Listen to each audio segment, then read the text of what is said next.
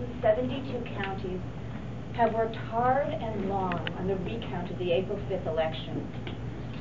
Over the course of their work, votes were found to be miscounted in every county in the state. Over 150 ballot bags containing tens of thousands of votes were found open, unsealed, or torn. Waukesha County had twice as many torn, open, or unsealed bags as every other county in the state combined.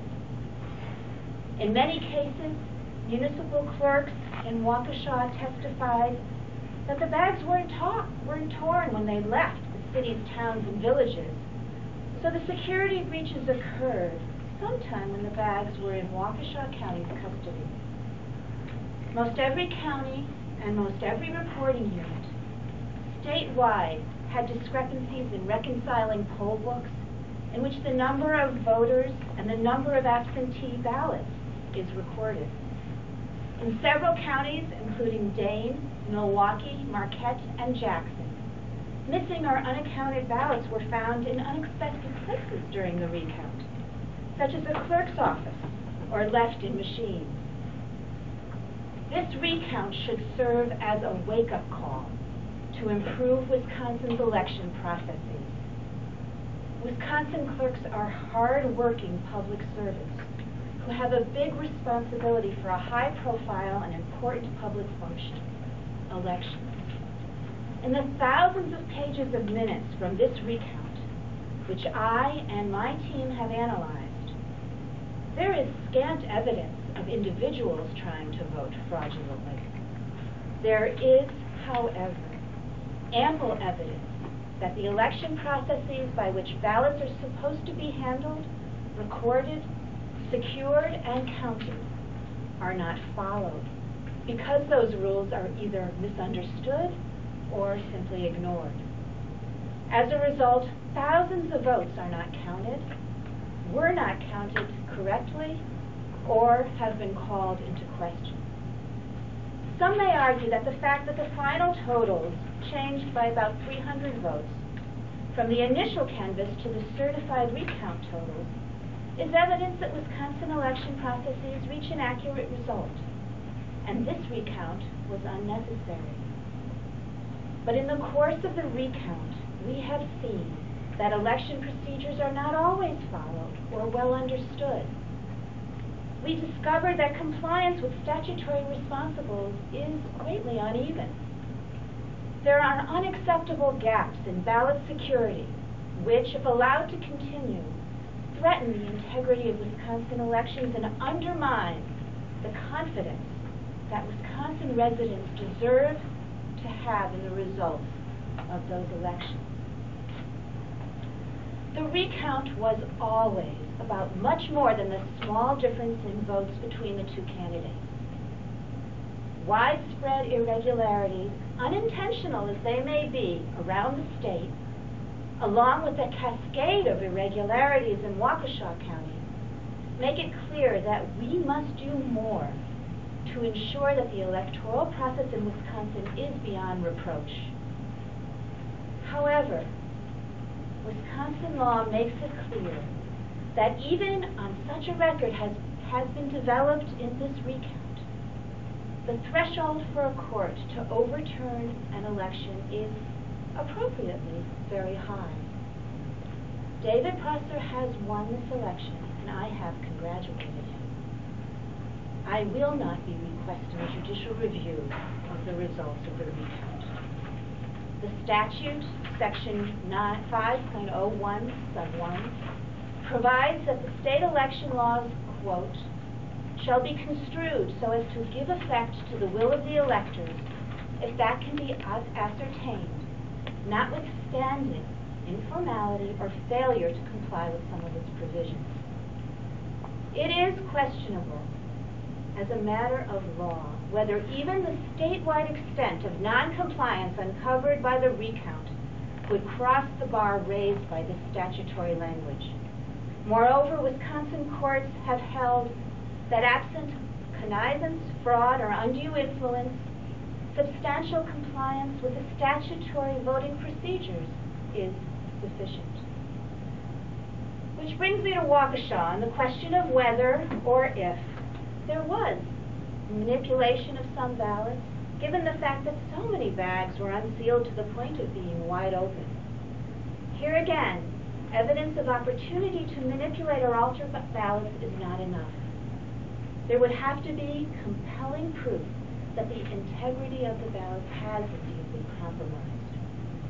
The numerous glaring anomalies in Waukesha certainly warrant further independent investigation. However, the defects or irregularities in the sealing and securing of the ballot bags, as documented in the recount minutes, would not be sufficient to meet the threshold set by the law. As an attorney, as an officer of the court, and as someone who understands both the power and the limits of the law, it is my obligation to evaluate and recognize the legal grounds on which I can and cannot act.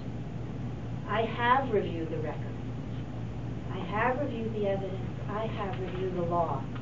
It would serve no purpose to bring a suit with insufficient legal basis. That is not the kind of lawyer that I am. Mark Twain once advised, do the right thing. It will gratify some people and astonish the rest. We did the right thing in asking for a recount in this very, very close election. The recount shed light on significant and widespread issues with elections in Wisconsin. The magnitude of those issues surprised the clerks, the election volunteers, and observers from both campaigns. The problems and gaps ought to be addressed as quickly as possible, and they ought to be fixed. That is why my campaign is today submitting a letter to the Government Accountability Board, which summarizes the anomalies, irregularities, and in some cases the unexplained mysteries uncovered in this recount. I call on the GAB to take action, along with local clerks, to improve the security, accountability, and transparency of the election process in Wisconsin, and to ensure that every vote counts and is counted accurately. The GAB must improve compliance with basic election procedures. We are also doing the right thing by declining to pursue legal action. Based on the record established in this recount, and based on Wisconsin law, the will of the electors has been determined. It is time to learn from this recount. It is time to fix the problems that it uncovered, and to ensure that future elections are different, and that future elections are free of the taint that has been established through the recount. The campaign that I ran, respectful, honest, and fair, allowed me to share my ideas about what a Supreme Court justice ought to be, independent and impartial. And the campaign reaffirmed my respect for and love of the law, and my conviction that we can and must have courts that embody the best of who we are, and which are true to the ideal of equal justice under the law. In the end, I hope that my supporters share that perspective. The work of the campaign may be ended, but our commitment to doing our part to make Wisconsin's future and our courts stronger and better isn't done. Together, we have more to do. Finally, from the bottom of my heart, to all of those who have had faith in me and in the democratic process in Wisconsin, who have worked so hard on this election and on my behalf, I say thank you. This cost hundreds of thousands of dollars to various counties. Was it worth it? Of course it was worth it. And whether it cost hundreds of thousands of dollars remains to be seen, but regardless of the cost, the integrity of the election processes in Wisconsin is one of the highest constitutional protections we can provide to ensure that democracy is alive and well in Wisconsin. As I just talked about, we uncovered so many irregularities and anomalies around the state, and especially in Waukesha County, that there needs to be a thorough review of how elections are run in Wisconsin, and improvements need to be made, and the process needs to be fixed to ensure that everyone has confidence that their vote counts and that their vote is properly and accurately counted. That, I can't imagine a goal more worthy than that. You said David Prosser won this election. You congratulated him. How sure are you that he won the election? I stand by what I said in my remarks. The recount has established that he won. Do you feel that way in your heart that you lost then? I feel that he won the election, but that I and all of the people who participated in this election established what it really means to have a grassroots effort to really participate, become involved in the electoral process, and that has been a great win for all of the people of Wisconsin. Do you think the problem's with the clerks or with the volunteers, and what do you think the solution is? Do you think the problem is with the county clerks, or do you think it's with the volunteers that work the elections, and what do you think the solution is? The clerks worked really hard, and so did the volunteers. The problem is there needs to be more training, there need to be more protections, there need to be easier ways to secure our ballots, to handle our absentee ballots. The whole job of ensuring the integrity of the election process needs to be more straightforward and easier to follow. Do you think we can achieve that with a system where you got hundreds of municipal clerks doing elections? Oh, sure. And in many cases, the clerks knew what they needed to do, and they need to train their inspectors better, they need to train the folks in the polling places better. They need more support, unquestionably, from the GAB.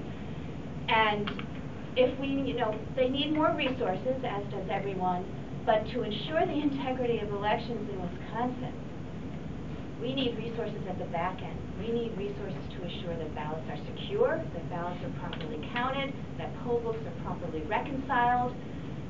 We uncovered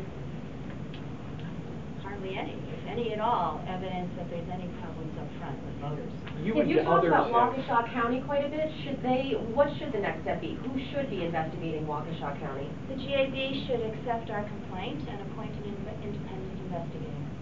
If there isn't enough evidence to warrant judicial review of this, and there isn't enough evidence to bring any sort of formal complaint against Waukesha County or any other, you said this is worth it. How is it worth it if there is no formal action necessarily to be taken at the end of this? We don't need to go to court to fix the election process in Wisconsin.